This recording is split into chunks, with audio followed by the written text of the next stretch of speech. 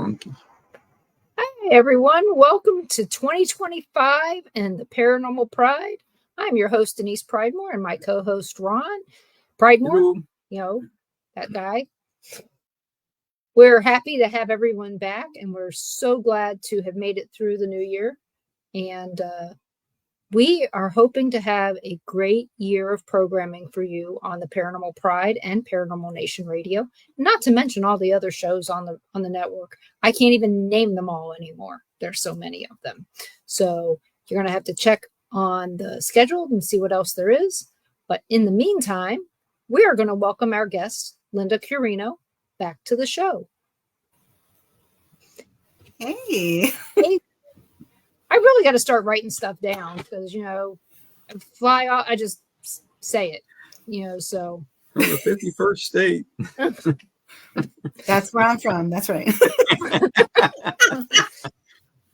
Well, we're not going to go there. I already said we're not going to get political. Hey there, Tom. Hey, Tom, we hope you're feeling better. But we wanted to catch you up on some stuff that's been going on that you inspired us to do a paranormal meetup. Oh, cool. Yes. You mentioned that. I'm so happy that you're doing that. So we started doing that and we are on, let's see, we did it September, October, November, December. So we've done it 4 months and every month we've had new people show up. Awesome. It's kind of cold last month because we were doing them outside. Oh gosh. And so we're doing another one this Thursday at 7 p.m. And we got an upgrade. I changed the picture on the invite, and I think it really resounded with the people who live here. Nice.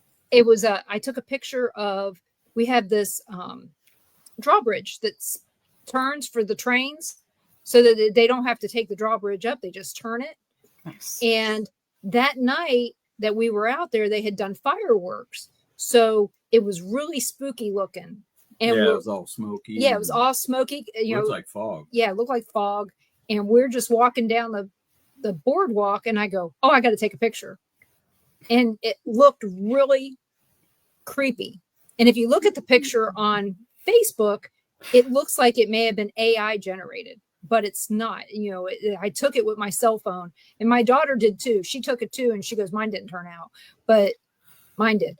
And so I decided to use that. You showed me the picture right after. I knew what she took a picture of, but it didn't look like it. Right. No, but it's a really nice picture. But the people who live here recognized it. So there's down by where this bridge is, there's a bar called the Beardless Brew House. And they offered us their event space. Oh, wow. That's awesome. And because it's going to be maybe like 38 degrees on Thursday night, we couldn't do it outside. And our friend Mark Elliott Fultz, he sold his shop. Yeah, That's the main reason. Yeah, he got rid of his shop at the Pea Ridge Flea Market, so we couldn't really do it there anymore. And we're upgraded. We got a bathroom and heat. So and in the summer, air conditioning and no bugs. Nice. That's wonderful. That's the main thing. So that was the first thing that happened on Friday. Somebody sent me a message, or Thursday, somebody sent me a message and said, offered that space to us. Nice. I was like, wow, that's great. Well, Friday afternoon, we have a monthly meeting at work called Ghost Story Time with Denise. Cool. I know. And as I was getting ready to hang up, I got a message from the local newspaper. First 5 minutes. And they are interviewing both Ron and myself and Mark on the meetup. So next month in February, we might even have a lot more people than we do now because it's going to be written up in the newspaper. So I'm excited about that. But yeah, so far, every time we've had new people show up, people who are just excited to have somebody else be able to talk to them about stuff because their families don't talk to them about it or their friends, so we have people who say that they found their people is what they did. We Well, we had quite a few people on just on the first one, but we had one guy showed up by himself, and he listened to everybody's little stories, and by the time it got to him, he says, really don't believe in this stuff, but I got a story to share about my wife passed away. So he tells the story, and then later on, Mark starts explaining his stuff, and the guy goes, well, how do you know this stuff? Why are you so sure? And Mark's explaining himself, and the guy's wanting to argue with him, and I'm thinking, oh crap, this ain't going well. Nope. By the end of that night, he went in the Mark store and bought like $100 worth of stuff. Really? The same guy. And the next month he was there. He was one of the first people there. And he brought his new wife and her friend. And not only that, I was shocked. He had been back multiple times for readings from Mark and bringing other people for them too. Wow. Yeah. So needless to say, I was ready to pounce should I have to stop anything. But hey, Crystal. Hey, Dan and Kitty. Yeah, we love you guys too. And so that was one of the, it was really nice to have that happen. But then when some of the people come back multiple times, and it is so amazing once you get to learn everybody's names, and you can actually say, hey, I know her, or hey, this person, this is what we know about her. And well, we need to set up some investigations. A lot of people are wanting to investigate. They've never done it. And sometimes that's hard.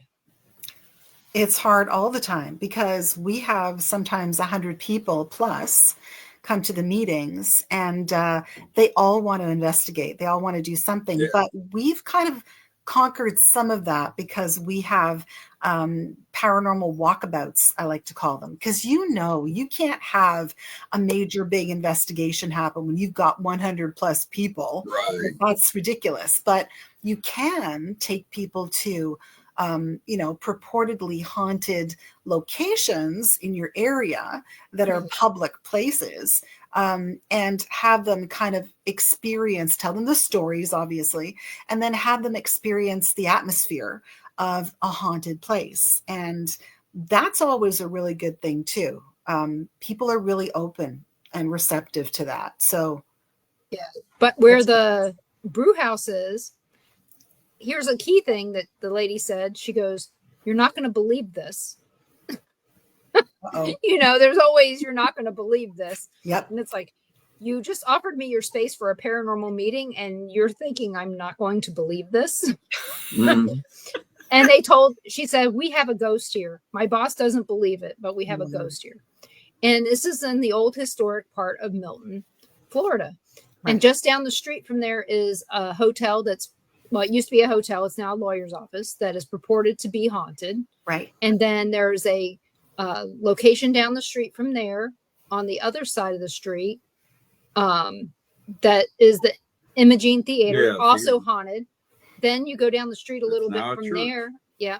And go down a little bit from there, and you've got a beauty shop that used to be the morgue of a funeral home. Ooh. That is haunted.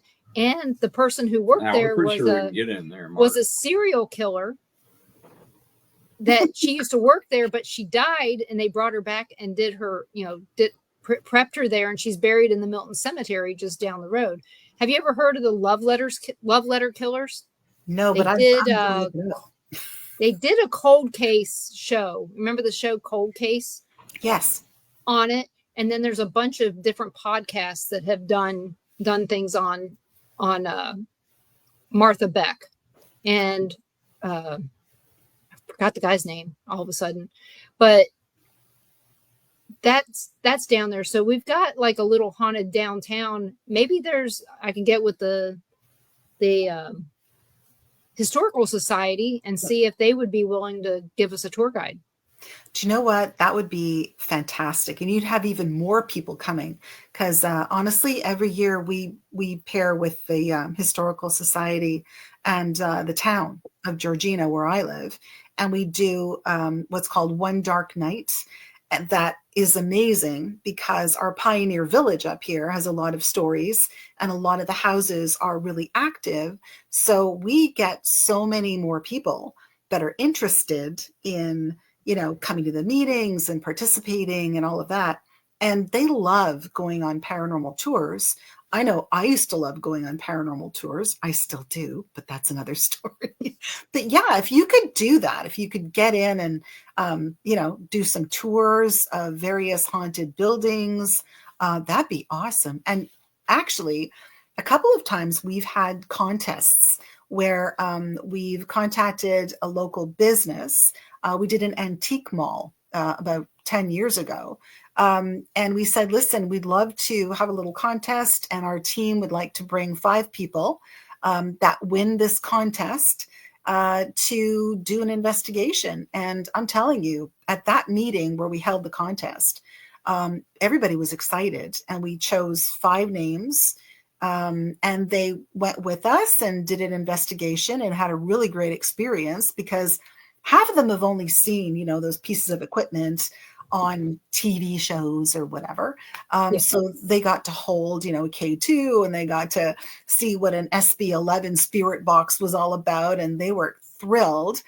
And it turns out that one of the people that actually won that contest to go to the antique mall is now on my team. And that's how you find a lot of potential team members, is through these, because people love it. And the ones that are really interested, they keep coming back. As you said, you learn the people that love this and are interested and are taking it seriously, right? Yeah, I'm hoping that the press that we get will help get us some more notoriety. Only because I think that's the thing. We don't know all the places here. Right. And Mark's lived here 5 years, and he only knows, the stuff from the different tours and the places that he's been asked to go. But at this point, we haven't been asked to go really anywhere local. Right. So, and without somebody giving me specific directions to stuff. Who knows? Somebody may show up and they may have a house or know somebody and find, some hidden jewel. There's a house over in East Milton that was on My Ghost Story all those years ago when that show was on. And that got, they don't own the place anymore. The people left.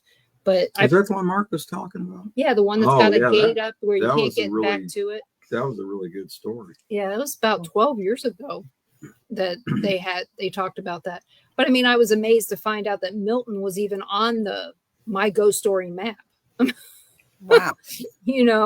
But I mean, this is one of the oldest towns in Florida.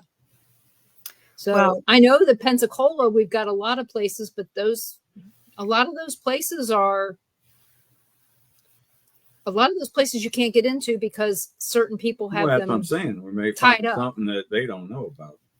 Yeah. No, that's what I'm hoping to find. It's a good resource. I'm sure somebody's going to come forward, because you've only been doing these for how long now? 4 months. This will be our 5th month. And we have people tell us places all the time. But again, when you're talking to somebody, you can't go, hold on, let me write this down. Right? I know. And we can't record. No.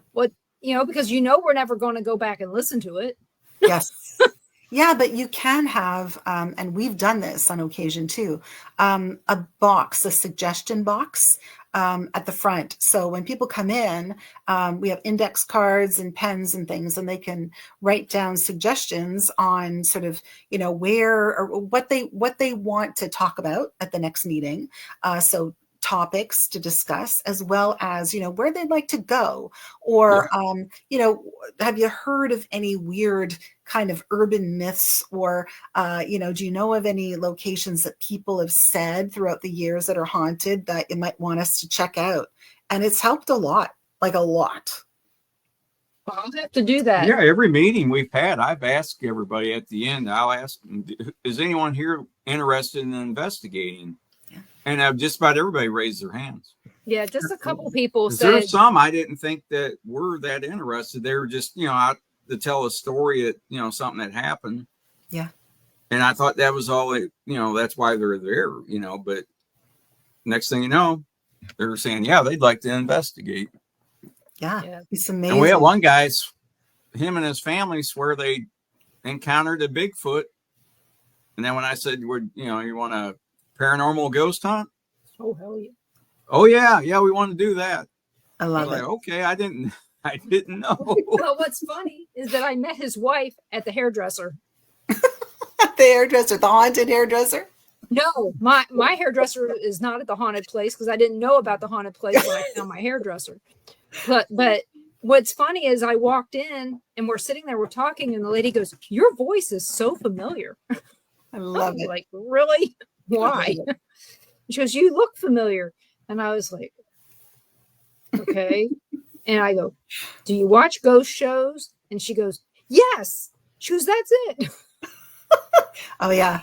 Yeah, I get that too. It's fun. Yeah. But I mean, in Kansas, I was used to it, because people all knew about that. People saw us all the time. Ron would run into people at Walmart in Topeka and everywhere. And me, heck, I could just be walking through the grocery store and somebody will see me and go, "Oh, we know you." I'd be working on a machine and somebody come up and say, "Hey, you're the guy from the Sally house." Yep. Like, oh, yeah. I am. Forgot about that. I remember faces, not names. Yeah. That's funny. I went through and I was cleaning up stuff and I came across a whole bunch of people's names that had given us names from the Sally house. It's like, well, these are useless to me now. I can't do nothing with these. Well, no, but you'll find something. I know you and I know you. You'll find something here for sure. Oh, yeah. There's a lot down here. I mean, just in this area. Yeah, people have been telling us things about down by a river where there's some stuff, and they said you're not supposed to be down there at night, but just take a fishing pole, and they don't question you. I love that. Like, oh, okay. And but yeah, there's all kinds of different things. The college is supposed fake fishing license. Yeah, the fake fishing license to go with it. So it's like having the orange tip on the end of your gun. I'm faking. Yeah. But UWF, it's the college our daughter works at, has a couple haunted stories out there too. We might be able to at least talk them into showing us around. Yeah. No, seriously, that's fantastic. And honestly, when you start doing meetings, it's incredible how many people start coming out of the woodwork, right? And it's funny how it just kind of grows. I love that. I really love that. We actually were holding our meetings at one location and it got too small. Like, it was ridiculous. So last year, we were having a real problem because we thought, well, hell, it's only constructed to hold about 77 people. So when, of course, 100 people would show up, we were stealing the chairs from the funeral director's office and the lunchroom because we had it at a funeral home, right? Yeah. So we had to put everything back. It was crazy. It was nuts. So we thought, we can't keep doing this because this is not good. Fire codes are there for a reason, right? Yeah. So anyway, it would just so happen that we had a paranormal walkabout at one of the local cemeteries in the summertime, and the other funeral home in the town that I live in, the director came up to me because she went to the walkabout and she said, "Okay, so if you're looking for another location, we have this great location and they actually can house about like 200 people in their main room." So we transferred from one funeral home to another funeral home. So wow. It's awesome. So now it's big and it's bright and they've got a great sound system and a TV we can hook up our laptops to and show pictures. And it's like a dream. It's amazing. So once you start doing these and people start showing up, you do get some people who just come out of the woodwork and say, yeah, let's get involved. And Yeah. you know, and they give you these locations that you can have your meetings in for free, because really you're doing a great service in your community. You really are.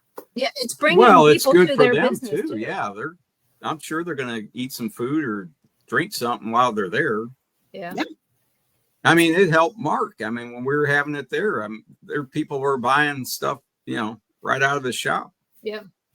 And normally he's not open No, on Thursday nights. no. So, but yeah, we're very consistent. We do it the second Thursday of the month for the first 10 months of the year. And then the last 2 months we do it the first Thursday because of holidays.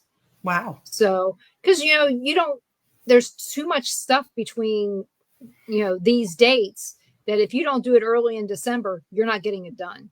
Yeah. Well, that's true. So, I agree. I mean, even we could actually even forego December altogether.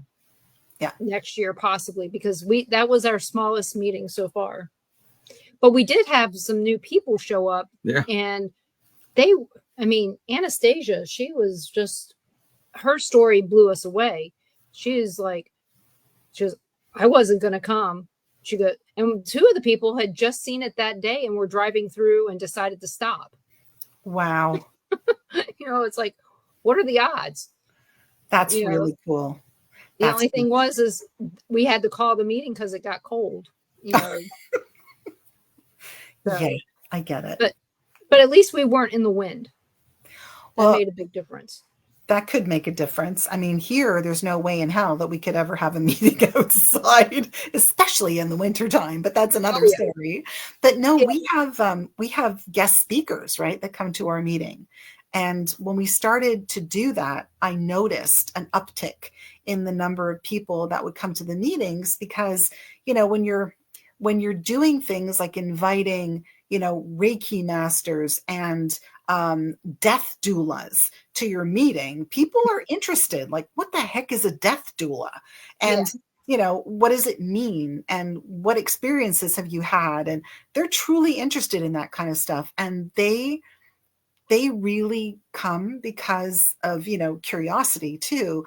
But then you're right. They often say the same thing. Like, I finally met my people. And I love that. Like, to be able to do that. We heard that a lot. Yeah. Nice. Like this one, we're doing Akashic Records meditation. Oh, Mark wow. is going to lead us in that. I have no idea what it is. And a couple people said, we won't be doing that, but we'll be watching. I love that. I said, that's fine. You don't have to participate, No. But, it does help you understand what people are talking about when because I told Ron, I said, I'll probably participate. I already see spirits. It's not. Have you ever done that? What, the Akashic Records? Yeah. I can't. No, I've never done a meditation on that, but I remember reading all about the Akashic Records and, the people that when you arrive at this, it's almost like a temple, like a big library where they hold all the Akashic Records, that, you're sort of met by a specific sort of guardian who then shows you the records. I've heard all about it. I've read all about it. Now you got me curious. And if I were there, I'd go. Oh, yeah. Kat Hobson from the other show, she said she wanted to come down. I don't know if she will, but might be iced in. No, she's over in Biloxi. Oh, is she? Oh, wow. So she's probably in Gulf Shores by now. Wow. But cool. It's quite possible she may come over. I mean, she just lives up in Birmingham, so it's not like it's that far. But Mark is a guy that was on her network as well, and they're good friends as well. So I thought, this is a possibility at times. But yeah, maybe we could get Kat one time as a guest speaker. And I mean, I know which guest speakers locally I wouldn't have, only because of that thing I said before about locking up locations so where people can't see them on their own without them. I don't want to help their business. Yes. Because it is implied at that point that you are tied with them. Not tied with them, that you're endorsing them. Yeah. And I don't want it to be misconstrued. And everybody we know out here, every time we bring up doing stuff in Pensacola, this name comes up, and everybody rolls their eyes and shakes their head. So needless to say, I've already been told by body language not to have this person come. Yeah, we have the same thing. I mean, there are certain people that, have a reputation, and you don't want to align yourself with them. You don't want, you don't want any of that, because it's bad juju. It's never good. Yeah. Basically what I say is we're not going to talk about that. If you have something you want to say, you can tell me after the meeting. I don't want to bring everybody down. Yeah. That kind of stuff. But, it's like, we already know. Yeah.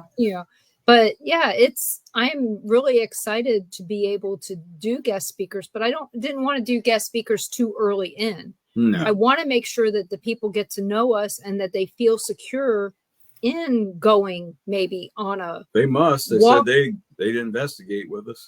on a walk through the graveyard or something, Yeah. Yes. I think that might be something nice to do probably March. It should be nice enough in March to go for a walk through there. It was nice last January and February. Well, this January it's not. But we did go to this one really unique cemetery out in Denise is a better host. Well, thank you.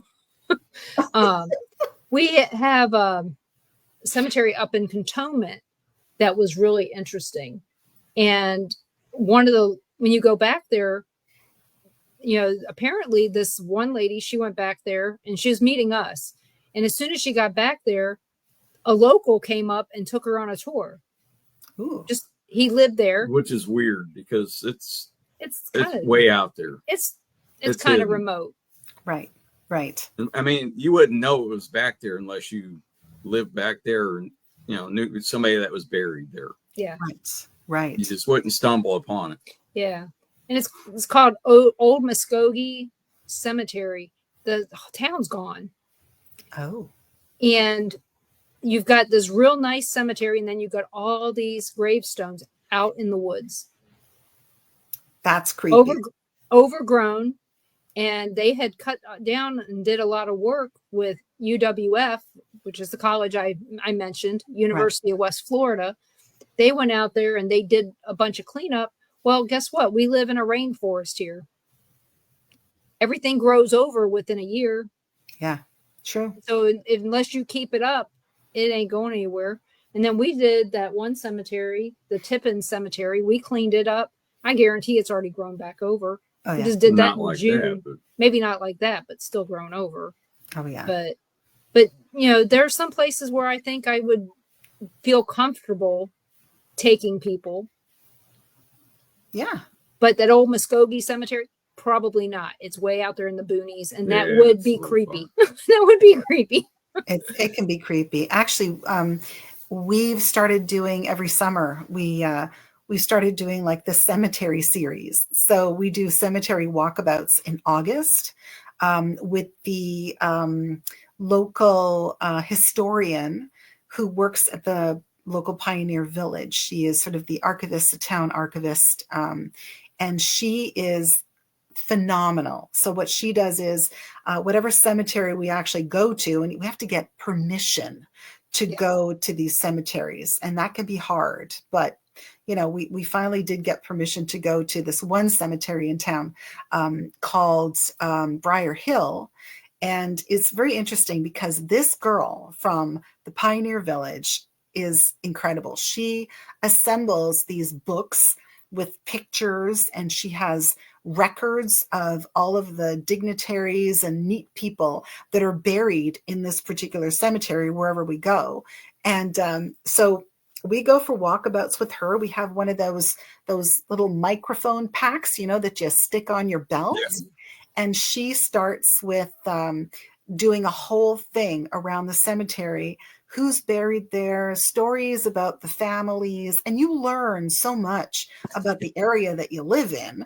And there's a lot of new people that are interested that come to these things. And it's amazing what you learn. And then afterwards, once that's over, how many people approach you and tell you stories Yep. about, the hauntings in that particular cemetery, or, gee, this happened to me. And then they show up at the next meeting. So it's like, We had that we had. in Atchison when we would do the cemetery tours there. They would start at Amelia Earhart's grandparents' grave. Oh, wow. Because you figure that is she is one of the most famous Kansans ever. Yeah. And they would start there, and the lady that was doing the tour, she'd say, one of the questions I'm asked the most is Amelia Earhart buried here? Really? and she just she goes, yeah, she goes. She gets it every time. Yeah. She goes, I roll my eyes and say, no. That's it. And walks I away. love that. No.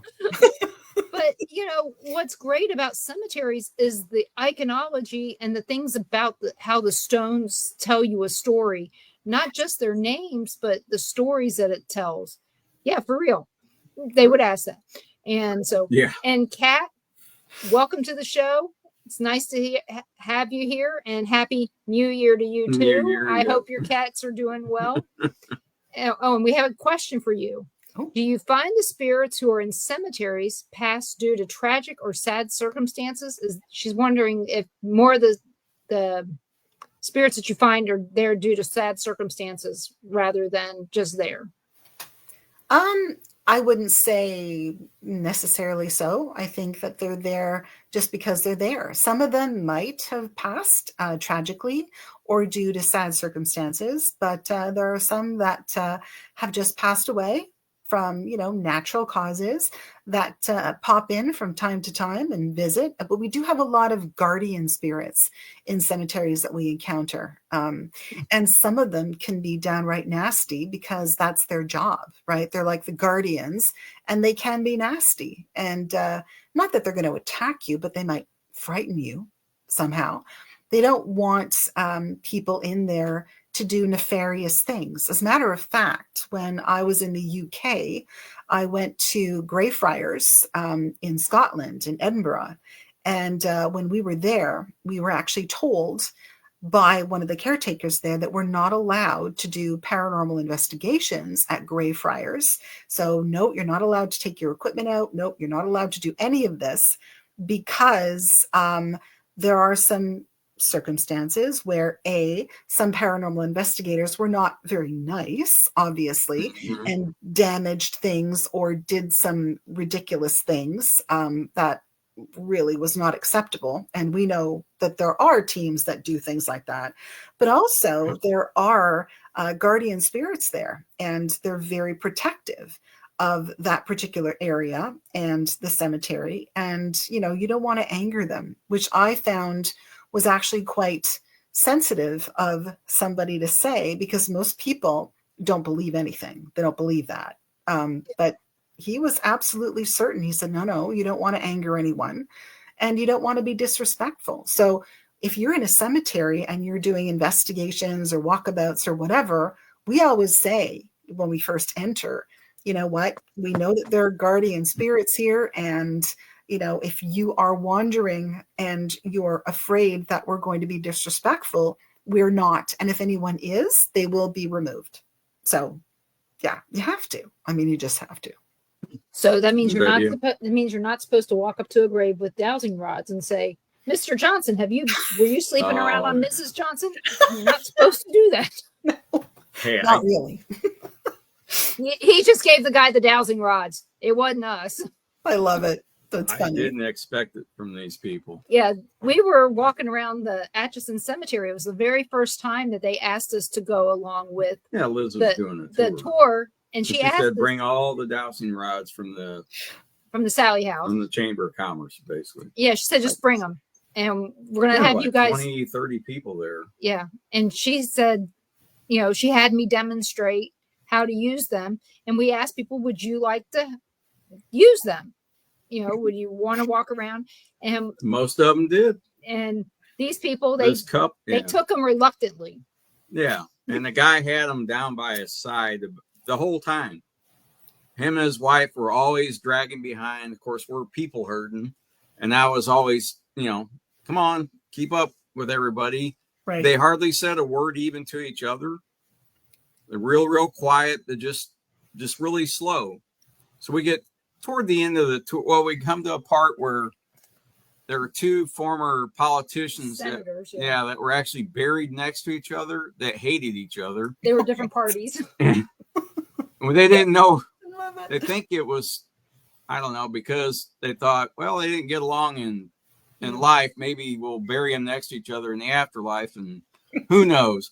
I don't know if they did it as a joke or what, but it got everybody laughing, and it got those people laughing. Well, when they all moved, they just stood there and turned, they stood there and looked, and they were kind of laughing. And I said, well, come on, let's go. And the guy looks at his wife. He goes, should I ask? And he goes, can I ask a question? I was like, yeah, go ahead.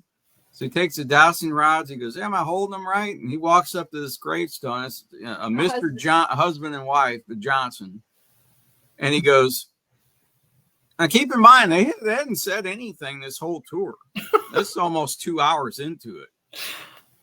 He holds the dowsing rods and he looks at his wife and goes, Mr. Johnson, did you ever mess around on your wife? Yes. And he goes, oh, that's not good. He goes, Mrs. Johnson, did you know Mr. Johnson messed around on you? Nope. He goes, oh, Mr. Johnson, you in trouble? Yep. I love it. Sorry. It's always the quiet ones. Oh, it was funny. Yeah, it's always the quiet ones. Yeah.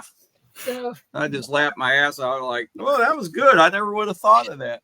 I love it. We saw them later at the Sally House. Oh, yeah. But, we had some really interesting tours doing the graveyard, and there was a walking tour that we did as well. So, I mean, we have, at least in our case, we have a pattern that we can follow. Yes. Or a structure from doing those in the past. Yes. So I think it'll be interesting. Oh, Kat says there's a spirit in the community cemetery across the street from the military one in Antietam, and the spirit there is nasty. Is a nasty so-and-so. Yeah, nasty. Yeah, we'll just leave it there. So, which reminds me, you said nasty so-and-so. Here's something funny. Yesterday when we took the kids out, Nolan's 3, and he's got a little lisp. He's not very clear when he speaks. Aww. And I was pointing out the witch's hair. From the trees? Yeah. Love it. So you can only guess where this went. Yeah. And he's yelling every time we walk by a tree, bitch's hair, bitch's hair. Oh, no. Piper. Yeah, Piper, our granddaughter, almost fell over. But it was like. Because I know what he's trying to say, I think. Yeah. So I had to tell their parents, I had to send them messages and go, hey, Pipe, he learned a new thing. So if you're driving through Milton and there's witch's hair, just be aware that that's what he's saying. He'll point it out. Because he's very detail oriented. So he will point it out. Because, I mean, after he found it, every time we saw it after that, he was pointing it out.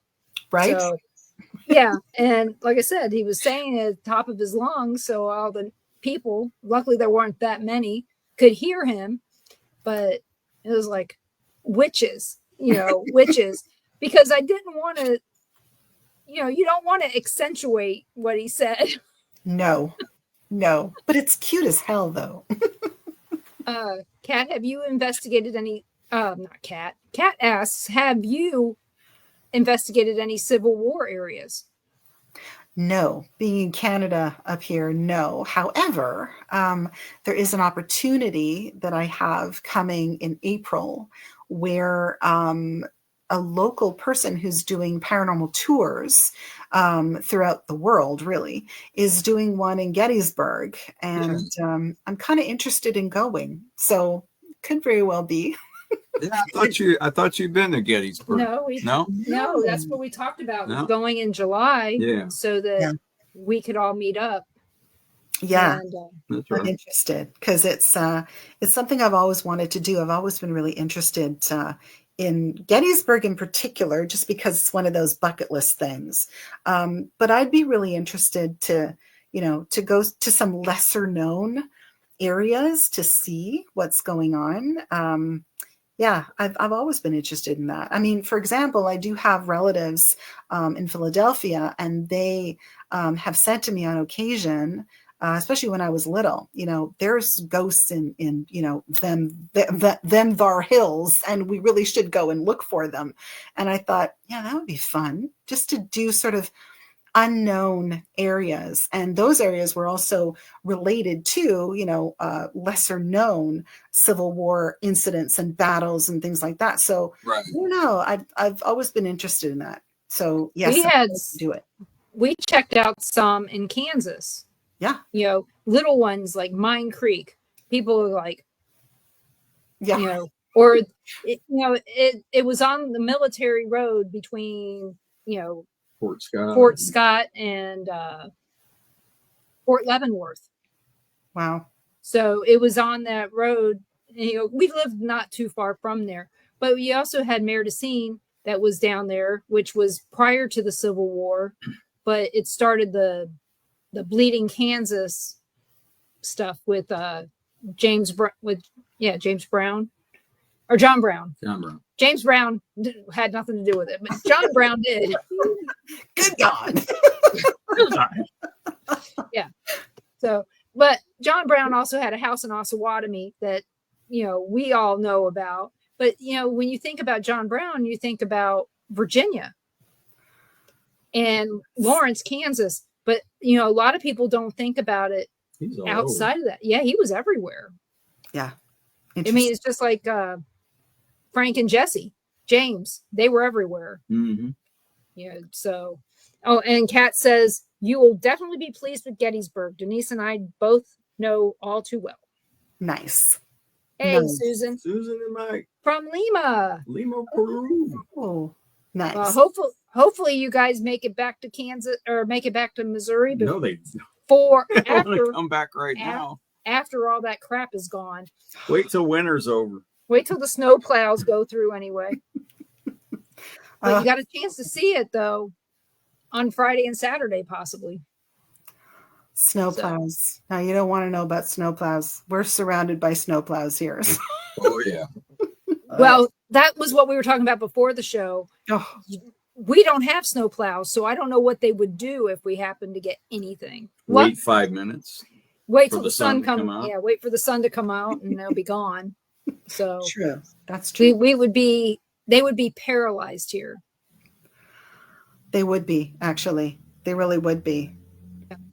I mean, that's what happens to. And April, I don't believe you at all.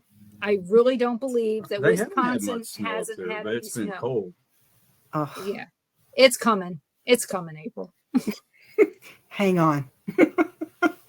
Oh, Kat says Brown's staging house was near me when they made his raid on Harper's Ferry. It is seriously haunted, but difficult to get into. I remember that it was difficult to get into a long time ago. I remember when my mom. Here's what's weird. I've never been to Harper's Ferry. My mom went with college, left us at home with the babysitter. Oh, gee. Yep. So I've never been there, but I've heard a lot about Harper's Ferry, and that's on one of my bucket list places to go. Neat. And mostly because of the Civil War. Right? Yeah, I've been to Antietam on school field trips, but I don't remember much about it. I mean, the last time I was there was probably 76 or 77. Ooh. So, interesting. Crystal, you haven't had much snow? No, you're getting some. Yeah, you'll be getting some soon. So, yeah, it's sad. We have people so many places that we watch everybody's see what's going on.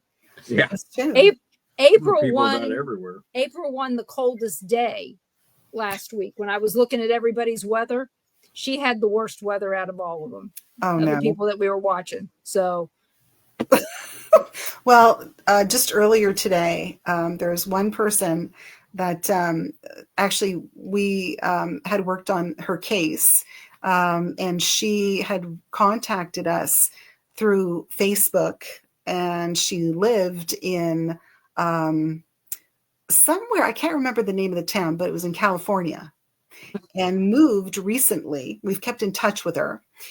She's originally from Africa, immigrated, lived in California for years, and then moved to North Carolina, and now is freezing.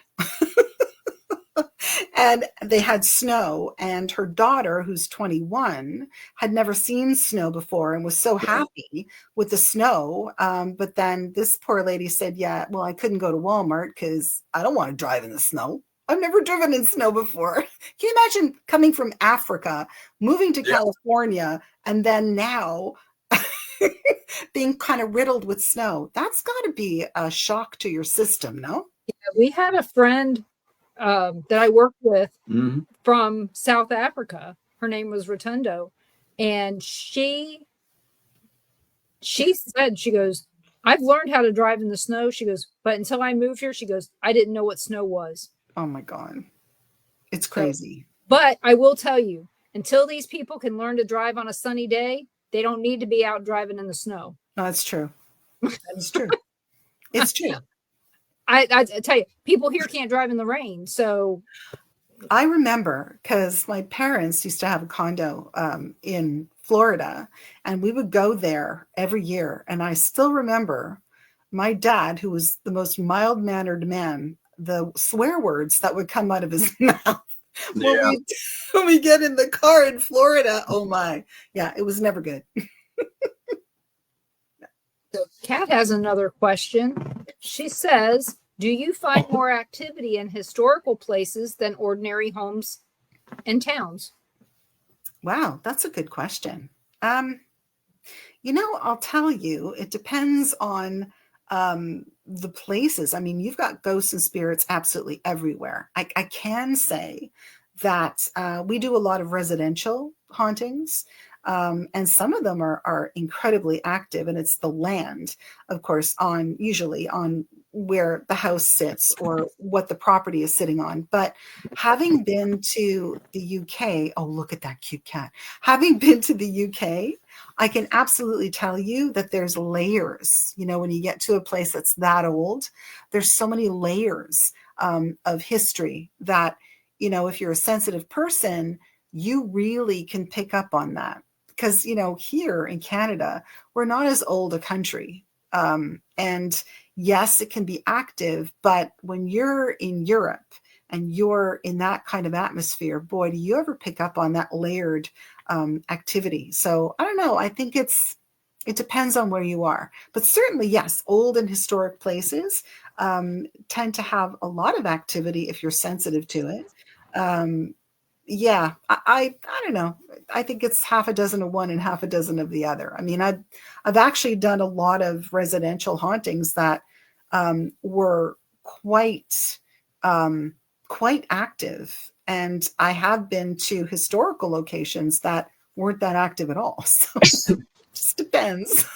It makes you wonder, though, in some of the historical locations, if they haven't been cleansed so much. Yeah. Cleaned so well Right. that things are just wiped away. Yeah, but I mean, things do come back as well. Yeah. And that's something that, a lot of people don't understand. So they figure that, once they've cleansed a building, this building is clean. No, I don't mean that way. I mean, just basically, they clean the stuff so much that. Oh, that. Yeah. Well, that's true. Not there anymore. Well, that's true. Yeah. They're kind of like, we disinfected it. We're going to keep disinfecting it. I mean, there's this one place that we saw. It was Cove Fort. It's at the end of Interstate 70 in Utah. Okay. The beginning is in Baltimore. Okay. So I've been the whole thing at this point now, but I didn't know I'd done the whole thing. I didn't know it was 70 when I was a kid, but yeah, we were at the end of it, and we stop at this place because there's nowhere to go to the bathroom on Interstate 70 at this point. You've got all these little stopping points, but we decided to stop at Cove Fort. This place was built in the 1800s as a way station between Beaver, Utah, and Salt Lake City, Oh, wow. middle of Indian land. So it was built by the Mormons. There was no dust. It looked like it was built yesterday. Yeah. What? All the linens, Yeah, a everything. personal tour guide. Yep. I mean, yeah, we had to sit through a movie, but about John Smith, but it is what it is. But Right. but they had the cleanest bathrooms. That's crazy. That's crazy. But yeah, I mean, if this place was haunted, I'd have been really, I mean, I wouldn't have been shocked, but I didn't witness anything that made me go, this place is haunted. Yeah. Because nothing, They no, never had a it didn't have a battle feeling. there. Or nothing. No, they never had a battle there. They got along with the Yeah. indigenous people. They, because they help feed the indigenous people and this kind of stuff. So it was different than it was in Missouri, where they were stealing from everybody there. Here they were given to everybody, so a whole different ballgame. But yeah, it's like you would have thought that you would have felt something. Somebody had to have died there. Right. But you didn't feel, like I said, you felt like it was built yesterday. That's so weird. I mean, that's so weird. We look at the places in Gettysburg and Washington, D.C. and Baltimore, and things look a little bit more worn. Yeah. Yeah. And that you didn't see the wear and the tear. Wow. So I smelled the Lysol. Well, I don't know, but that was their job. I mean, these people said that, they had to clean this area every day. Well, and they did. And I would assume that cleanliness is, I guess they're volunteers. Yeah, they're volunteers. Their cleanliness was next to godliness, I guess. That's crazy. Yeah, it was. I mean, if you were obsessive compulsive, this was a great place to work. Oh my God. And that's weird because when I was in England, we were at this haunted pub, and it was called Ye Old King's Head Inn. Of course it was, right? Yeah. But it's so weird because, you're standing next to the foundation, and it says, this foundation was, placed in the year like 12 something. And you're thinking, are you kidding me? Like, this is insane. But this place was interesting because it's part of what they have on, I think it's YouTube, called My Haunted Hotel. So it's sort of open 24 hours a day, 7 days a week, 365 days a year.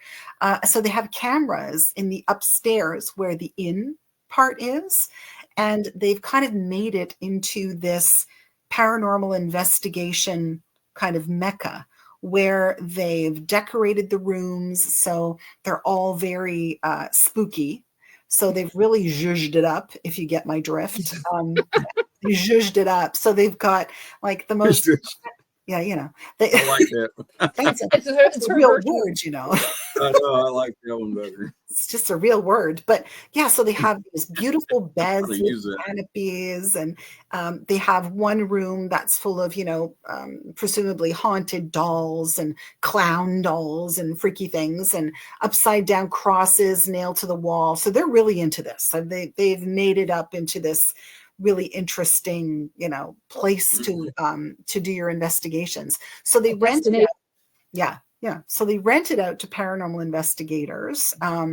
And it's very interesting because my personal opinion is, if you're going to do that and it's already haunted, you're going to invite all kinds of rogue spirits and all kinds of things in there.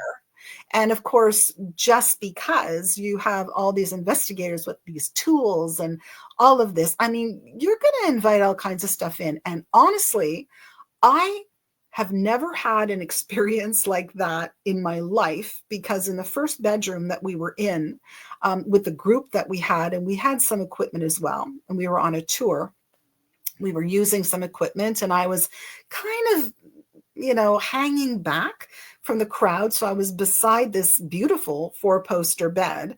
And in my head, I was saying, yeah, well, let's see what this place has, right?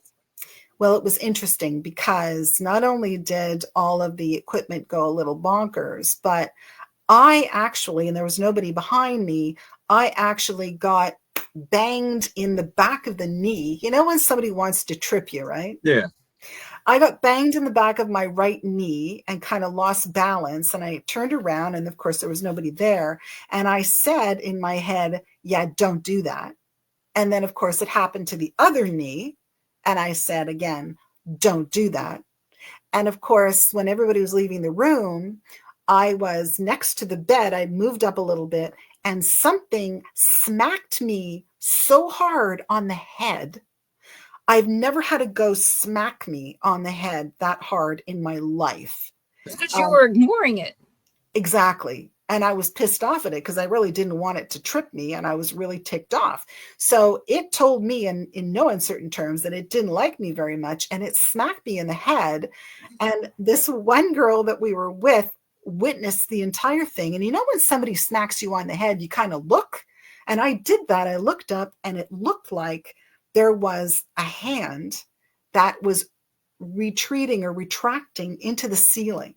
And when I looked at the ceiling, it was a ceiling. I mean, there were no, trick anything. I mean, there's no trick anything in this place. So obviously it's real. And obviously I really ticked it off, because I'm telling you, the next few rooms, it was following me, and it didn't like me very much. So you can really attract a lot of stuff when you do, those party tricks and all that stuff, and you bring in all kinds of haunted things and people with all kinds of equipment, and you make it look really authentic and spooky. And I thought, I don't know if I like this very much. I have to say, it's probably the same theory that I have about when you go to a haunted location, that you are putting it out there. Your intent is to see a spirit or to have spirit activity. And you knew that you were going on this tour, and the spirits decided, hey, this is what she wanted. This is what we're going to give her. It's weird because I wasn't sure if anything was going to happen. So I was very skeptical from, moment one. That's it. That's usually the problem. Yeah. And I mean, that's just who I am. It's like, show me what you got. And boy, did it show me what it had. My head hurt for the next day. It was that hard. Like, it was that hard. Yeah. Yeah. Crystal said she went to a pub called that in London. In London. This was in Chester. Yeah. Yeah. Really weird. They have a lot of haunted pubs in England. Oh, of course they do. Spirits hang out where there's spirits. Oh yeah, and I would love to go on a haunted pub crawl. Just saying. Actually, I think that's one of the things that they said that we were going to do in Ireland. Ooh. I think that's one of the things that they said. Some we may distillery. No, there was actually it listed in there a pub crawl. Love like 3 or 4 or something like that. So, and then let's see, we've got another question. Oh, Kat said something really important. I'll get to that in a second, Carl. Just leave it up there. She said something that was really. She said, Kat said when we were talking back about the historic locations and stuff like that. She says, indeed, there are layers of spiritual activity over the years. So to only focus strictly on one time frame while investigating is not being thorough. Right. And I see that all the time in places where they focus. I mean, this happened to us, and Tom was there. We were at McPike Mansion back in October, and I had the spirit come up behind me who stunk. I mean, horrible. Smelled like body odor and cheese. And it was horrible. But he wasn't from the time frame that the house was built, and the family that they focus on all the time was there. Right. It was more from the time when the house was vacant, and vagabonds or vagrants or homeless people, whatever you want to call it, could have been staying there. Staying in there. I mean, there was also drugs. People were doing drugs in here at one point. And I asked the spirit, I said, what is your name? And I got Mike, and it came across the spirit box as Mike. And I said, what is your favorite song from the 1970s? And it came out with Elvis Presley. Okay. So obviously a spirit not from the 1870s, more from the 1970s, and they did not want to focus on that. Wow. And I kind of got discounted by some of the other people, but the other medium that was there, of course, she didn't discount it because she's like, I smell it. She goes, I don't know what it is. You two are the only ones It's out like, of all of us. oh, it was horrible. And, you can smell body odor. Yeah. It's not good. But, and I could see this guy, but they didn't want, it was one of those things that, let's go back to this time frame. Let's not stick with the 1970s. Let's go back to the 1870s. I mean, it is what it is, they show themselves to you, right? Yeah, we didn't. Yeah. So, and here's Kat's question. She says, have you ever encountered a spirit that had you yell at them to leave a location, that yelled at you and said, get out of my place? That I had to yell at them or they had to yell at me? I don't know. I guess either one. Yeah. Or both. Yes. Yes. Oh, that you had to yell at to leave. So you had to get rid of some? Yeah, something followed me home. We were testing our new equipment at a cemetery, actually a Keswick cemetery near where I live. And we had some new pieces of equipment, and we're not like a really equipment heavy team. So we decided, we're going to just test out this equipment. So myself and the assistant director at the time, we took our equipment there. And we had some nasty spirit interactions there, like really not nice. So coming through our spirit boxes, we had things like, F off and telling us nasty things. So at one point we just said, you know what, do you want us to go? Obviously you're being nasty. And they said, yes, leave. So we thought, okay, fine, we'll leave. So it started to rain. And it was starting to rain quite heavily. So we grabbed all our equipment, and she got in her car and I got in my car. I came home, and normally I'm really good, right? I get out, and you know what you do. You say, listen, if anybody followed me, you're not allowed in my home. You cannot follow me in my home. This is my personal space. And I always do that, but I didn't do that because it was rainy and crappy and I was tired and it was late. And I just wanted to get inside, and I did not do that.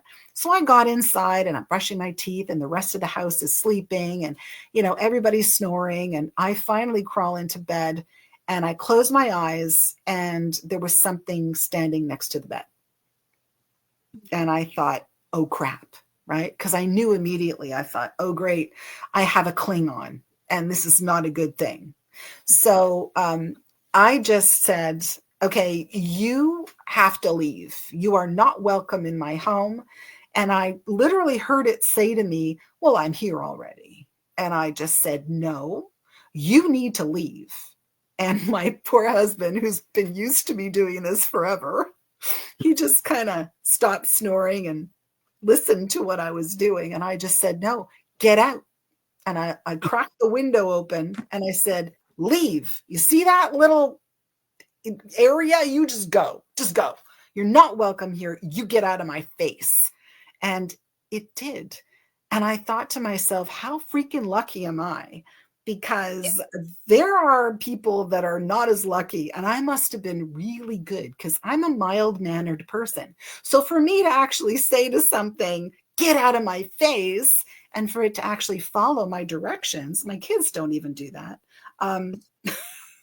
It was a miracle. It was like, thank you, because that was a little scary. And I did have to yell at it. I tried really hard at first to kind of convince it to leave, but then I had to yell at it.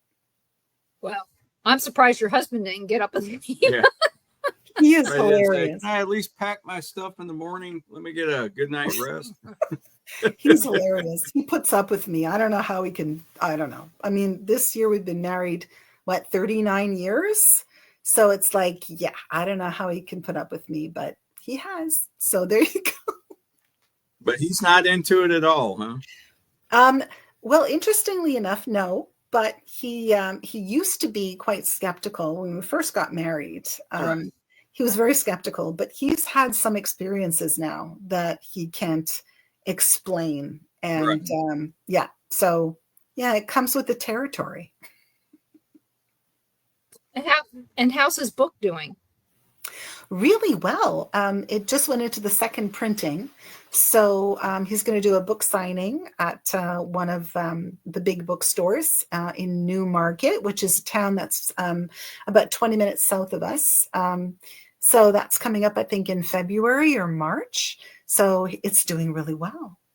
Oh, good. Tell him that we asked. I definitely will. He'll probably be surprised that we remembered.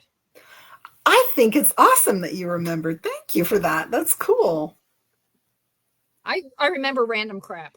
I actually remember all the stuff that's not really important. You're right, a good, who's your you're favorite a good hockey Trivial team? Pursuit person. I want to play Trivial Pursuit with you then, because you probably would be really good. I still have my Trivial Pursuit game. Me too. Yeah, you'd be really good. And we are coming up on our 41st wedding anniversary. Oh my gosh. Well, congratulations. When is your anniversary? May 26th. Memorial Day. It's a holiday here. Memorial Day weekend. That's usually funny. when it is.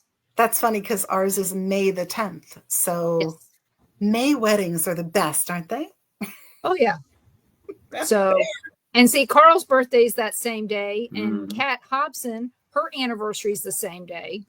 Wow. And then another friend of ours, her anniversary is the same weekend as ours.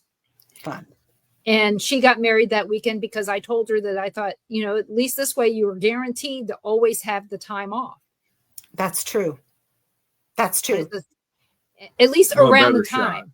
At least around the time, That's funny.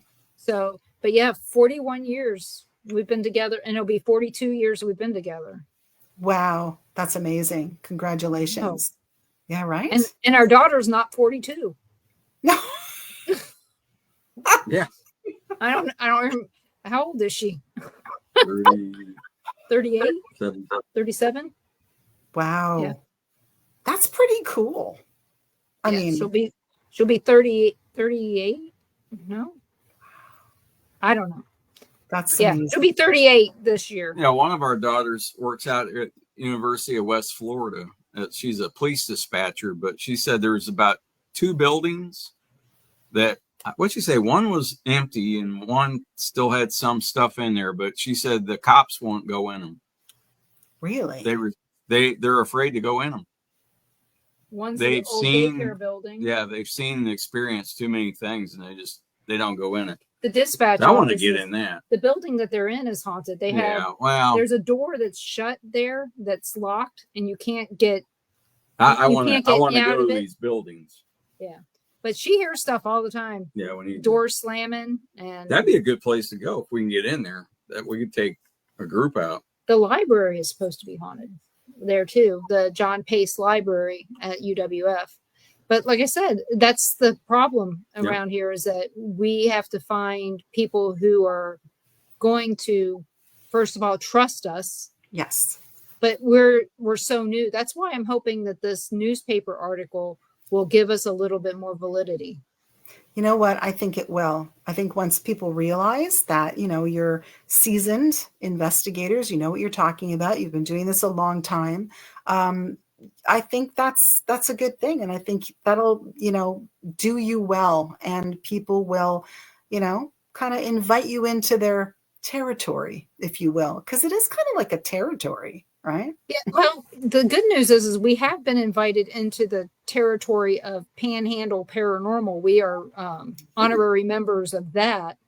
Nice. But we are also, but they didn't do anything this year. All we did was clean a graveyard, but everybody kept having health issues and they couldn't.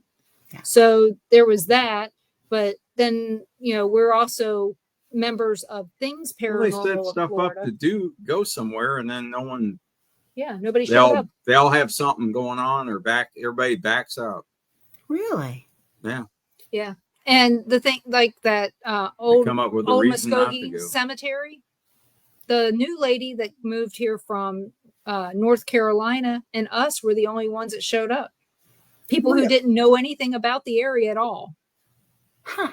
That's And bizarre. it's like, okay, well, and we were the only, us and Rob and one other paranormal investigator showed up at the graveyard. The Wow. rest were Boy Scouts and Boy Scout parents. Thank God for them. Thank God for the Boy Scouts, They because worked the tails off. they did. They worked hard. Yeah. And it was a hot day in June. Real hot. Whoa. And the pile of rubbish that we got out of there was taller than a garbage truck. Really? And probably as long Wow, as big tons. we don't know how many tons of weeds and wood, trees, garbage that we pulled out of A there. lot. It was a lot. That's really sad, right? I mean, we have some what they call pioneer graveyards in our area that have been so neglected that it's really disgraceful. And finally, the town decided that they were going to rejuvenate them, and involved a lot of people in the town. We went on a tour of all of them. One of them is so weird. It's so little, and it's right in the middle of sort of a garage parking lot and the new fire station. Like, it's the weirdest thing you've ever seen in your life. Oh, I got stories for you. It's weird. This one that we cleaned up is in between two houses on a street that if you're driving down the street, you wouldn't even know it's there. In fact, one of the guys that was there, he goes, "This is my territory," and he goes, "I didn't know it was back there." Wow. So all you've got this house, and then you've got this little road to drive back to it, and then it opens up into this graveyard. But it was so overgrown you couldn't see it. We spent 2 hours just getting to the fence of the graveyard, and once we got to there, they said, "Yeah, the graveyard's right in here," and I'm going, "Yeah, sure it is." Oh yeah, I see one tombstone. That's it. There was like 12 or 15. Oh, there's a lot more than that. So, I mean, I was the only one that got back there and swept them all off. But, that's the thing. There was probably closer to 40 when we're all done. Yeah, that old Muskogee There's a huge cemetery. one back there, you couldn't even see. They sent out a lady to rehab the tombstones. Wow. And I would like to talk to her. How do you do that? Tell me. I mean, because I know that there's biological cleaners that we can get. It's D3 or D2, something like that. And that you can use, but even that sometimes isn't safe for some of these older tombstones. I know in Kansas, we would drive down a road and suddenly there'd be a little family graveyard. Kentucky, same way. You'd be driving along, and here on the side of a mountain is, the Adams Cemetery. Well, these weren't sun beaten. They were in the shade. Yeah, in the rainforest. Yeah, these are covered in moss, most of them. Moss and trees and Crazy. Yeah. oh, and bitch's hair. Yeah. A lot. I mean, witch's hair. I love that. In case no one was listening. Yeah. So it is strange. I mean, we've seen some cemeteries. There's this hotel in Overland Park, Kansas, and right next to it is a beautiful country club, and then a little bitty graveyard from 1869. Crazy. And it's not very big. And then there's another one down the road from there, in between some apartment buildings, from 1840 to 1890. I went in there and walked around. That's the only reason I know. But cool. Yeah, there's no place to park. They're not, they don't have it. I mean, all they do is send somebody in with a lawnmower every month to mow it, and that's it. But they were well taken care of because the city took care of them. But that's the thing. I'm very disappointed in some of the cemeteries here that they're not being taken care of except by family members. Yeah. Yeah.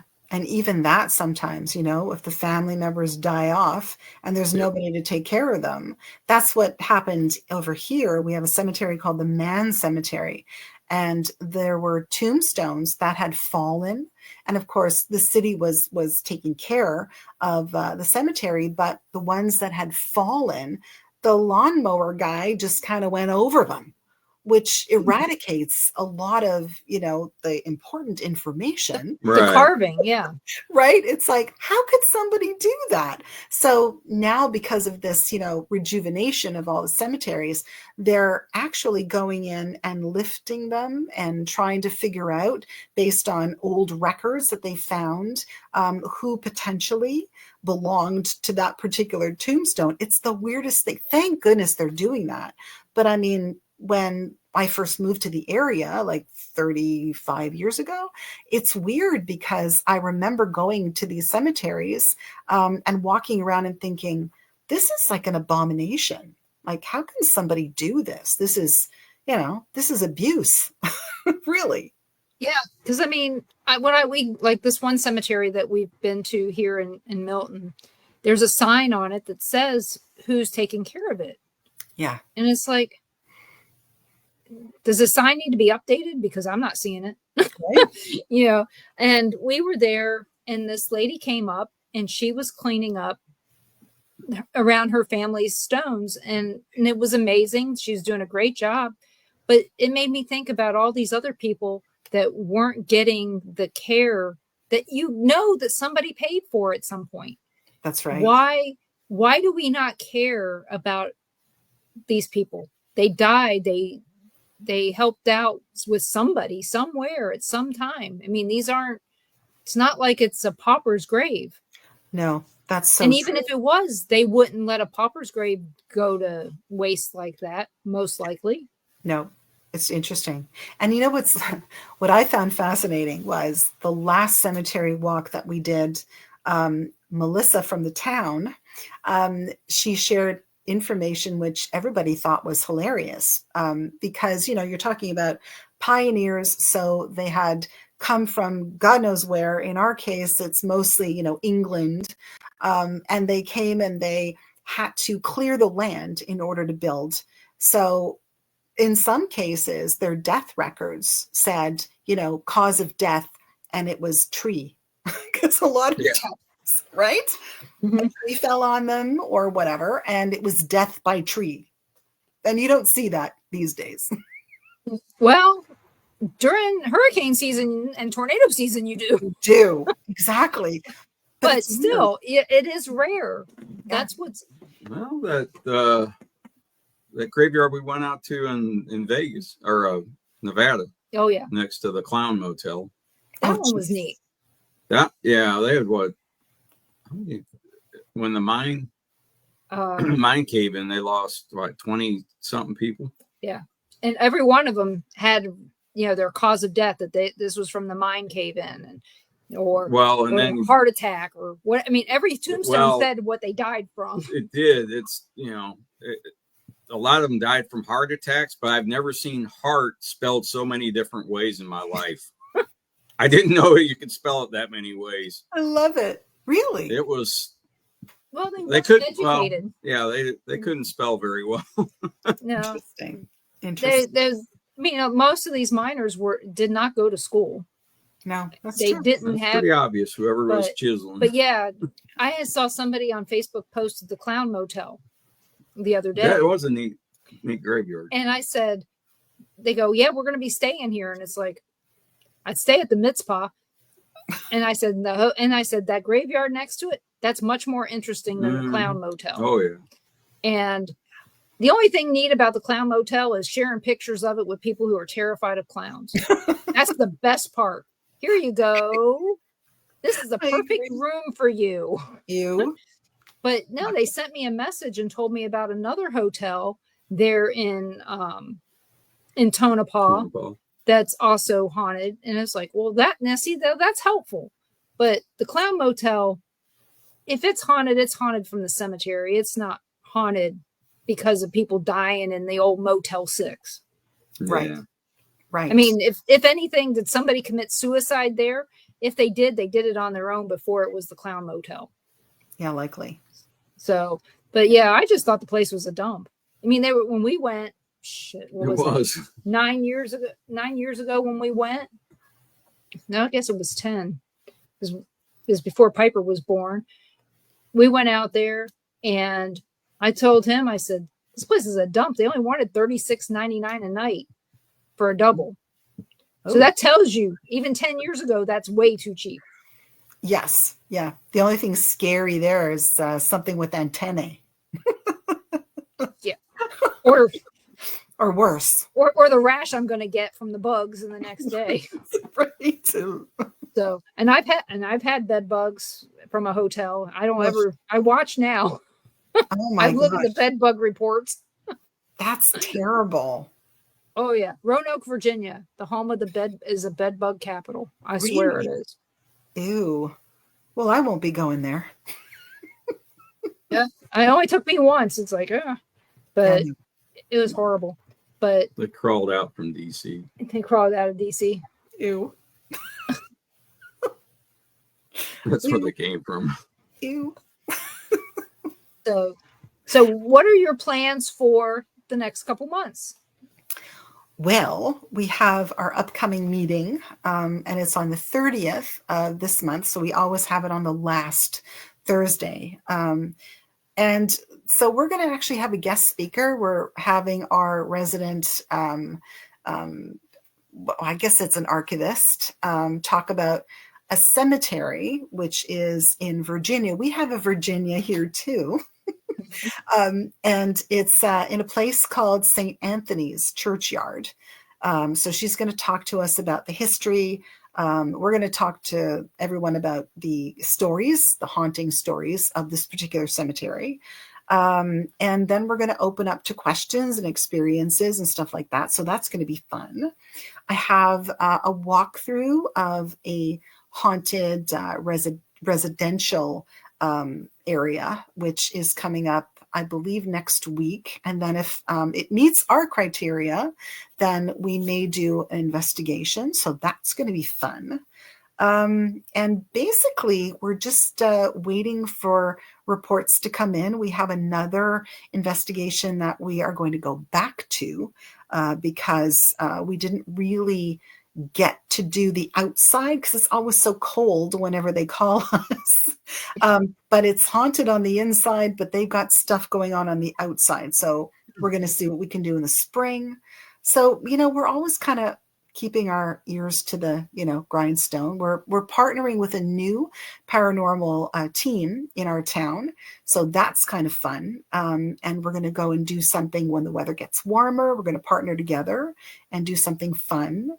So really, this time of the year, because it's so cold and so many people are hibernating, we usually just follow up on whatever leads that we get through email and through Messenger and stuff like that. So nothing too formal now, but once the spring hits, then we're going to start planning some good stuff. And we're going to go on some little field trips, we think. Yeah. We're grateful that we don't have to wait out. When we lived in Kansas, we didn't do anything December, January, February. Yeah. A lot of times March was questionable too. Oh, yeah. So some of our worst snowstorms were in March. Mm-hmm. But yeah, this is one of the things that I'm really happy for. But, now getting this indoor place to have meetings is nice. And how long are your meetings usually? Hour and a half, 2 hours? Well, we advertise them 7 to 9, but people usually hang around. That's what we're finding. Yeah, they hang around for another hour or so. But we've always put up our what we call picture boards. So anytime we take pictures that are kind of interesting from investigations and stuff like that, we've printed them out and put them up on these great display boards. So that's always a really good thing too, because when people come early or if people want to linger, they can take a look at the picture boards and ask questions and stuff like that. So yeah, it usually goes, 3 hours. Yeah, we've had people bring up their cell phones and show us, whatever it is that they want to show us. I tell them, bring your interest in the paranormal and, we'll talk about it. We've asked people, what do they want to hear about? If I don't know about it, I'll find somebody who does, and Do you guys ever do, have Bigfoot people come in? Do you guys have that as well up there? I know you do, but We do. We do. We are going to be doing more outreach to different paranormal teams in the area, and there are some in Ontario, usually Northern Ontario, that are more sort of cryptid, Bigfoot-oriented teams. So we're kind of looking and hoping that maybe they'll come out and talk to us. Maybe they're as elusive as Bigfoot. Well, you know what? We had a weird Bigfoot experience actually this past year, because we went with another team to this really interesting place called Buck Hill Road, which is sort of in Eastern Ontario, in the middle of like nowhere, near a place called Wilno that has a vampire cemetery. That's really cool. Oh, yeah, I think you told us about that the last time. But go ahead and continue. It was really kind of interesting because, we actually had rocks thrown at us. We were there for quite a few hours on this road, and we had rocks thrown at us, and we heard weird sounds. And then eventually we actually heard those grunting kind of noises, and that freaking terrified us. And once we heard those grunting noises quite a few times and had more rocks thrown at us, we thought, this might be a Bigfoot experience and we need to get the hell out of here. So we just got the hell out of there. And right, when you're on an investigation, when it's time to leave. I mean, you just know. Like I tell everybody, when they'll ask us, things about the paranormal, and it's like, how did you feel? Did you feel scared? And if they say yes, well, they said, well, then you need to follow your gut. If your gut's telling you you're scared, you need to get the hell out of there. Yes. You can't second guess your gut, because anytime you do, you regret it. Oh, is that ever true? So true. Yeah. And I've regretted things. We all have. And how about alien encounters? Have you guys talked about any of that? Yeah, we actually have, because up here we have a lot of reports, of aliens and UFO activity. And as a matter of fact, it's really on the rise right now, because of all of the, drones and all of that stuff in the sky. People are looking to the sky more, but people are sending us footage of weird stuff out there. And the other paranormal team that I was talking about, the founder of that, his name is Mario, and he has some amazing footage just outside the door. I mean, it's just pretty incredible. But for years, we've had a lot of alien experiences up here. And that's one thing that we're kind of planning on doing, is looking for UFOs. And that's going to be one of our field trips, because we've got some very dark areas up here near the lake. So we're gonna do that. Bring your chair and your blankets and your binoculars and all of that, and and telescopes, and we're gonna look to the skies. And I think there's no light pollution is a great place to go. Exactly, and we've got a lot of places up here like that. So perfect. And Ron asks, what hockey team is your favorite? Well, because I was born and raised in Montreal, go Canadians. Playing good right now. Right? I know. Yeah, I know. Hot. I grew up with them, so I'm into the Canadians. The closest team we had growing up was Washington back in the day, and I don't know what they were called, if they were called the Capitals back then. I think they were. But they were. But what gets him is he'll say something about Washington, and I'll go, the Washington Bullets, and he goes, no, that's basketball, and that's not what they're called anymore. They were the Baltimore Bullets. They went to Washington as the Washington Bullets and became the Washington Wizards. Right. I can't remember what they're. Yeah, the Wizards. Yeah, we don't watch. I just remember them as the Bullets. Yeah, we don't watch all that. I mean, I remember in 1976 there was this big sign in our school for the Baltimore Bullets. Yeah. I love it. Totally and utterly politically incorrect now. Oh, well. But you know what? Having moved from Montreal, Quebec to Ontario, I mean, I'm still a Canadiens fan. Will always be a Habs fan. But it's so funny because they all hate me here because now I mean, up here, you're supposed to like the Toronto Maple Leafs. Yeah. But I call them the Maple Laughs because that's all I do is laugh at them. So, Yep. Well, Yeah. now Ron won't be able to watch them again without thinking of that. right? The Maple Laughs. Maple Labs. Yeah. Don't ask Ron to say Minnesota. Oh. So, yeah, we won't ask him to say it on air. Okay. We won't do that. Okay. But I would like to thank you so much for coming on. And where can everybody find you, Linda? You can find us on Facebook, Georgina Paranormal Society. You can also go to our website, georginaparanormalsociety.weebly.com. We have a free website, so that's fun. And you can find us on pretty much anywhere. If you Google Georgina Paranormal Society, we'll be there. And you also have a podcast now, too. Yes, I'm the co-host of Paranormally Speaking on the Paranormally Speaking channel on Facebook and on YouTube. So that's a lot of fun. We have a lot of really cool guests, and I think you were a guest on that show too. Yes, I was. It's been a little while, but yeah. Yes, you were. Yeah. And, anytime you need a guest and I'm available, I'll just ask. Perfect. But I would love to have you come back again in a few months and catch you up on what's been going on with the paranormal meetup and find out what you've been doing. Perfect. And let's see, guys, I have for tomorrow night on Paranormal Nation Radio, Not So Normal, our guest is going to be Michael Norton. We're going to be talking about, he's a deliverance minister as well as a counselor.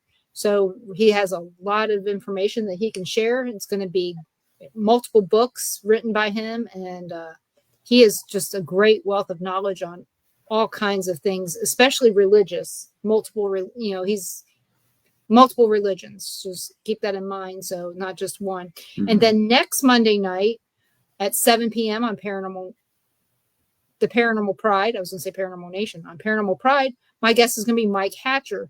And he is a very opinionated paranormal investigator with lots of things to share, not just paranormal. So it's going to be really interesting to hear what he has to say. A lot of what he has to share is going to be more along the lines of Christianity. So it's going to be really interesting to hear his take on stuff. So I'd like to thank you guys all for coming and listening, and make sure that you're checking us out on Dark Realm TV, on Roku, and Amazon Fire Stick. You guys can go out there and download the app, $4.99 a month. If you buy the year, you get 2 months free. And you can find us here everywhere that you're watching us now. You can find us anytime, Monday through Friday, or every Monday night, every Tuesday night. So check us out. And if you're looking for a replay, go check out the Paranormal Pride YouTube or Facebook page. And then for the other show, you can still check out the Paranormal Pride YouTube, and you can check out the Bill of Rights for all the replays on any show for our network. So go out there and check that out. And I'll see you guys tomorrow night at 5 p.m. Central with Ron and Carl, and our lucky guest, Mike. So join us, and we hope everybody had a great night. Good night. Good night.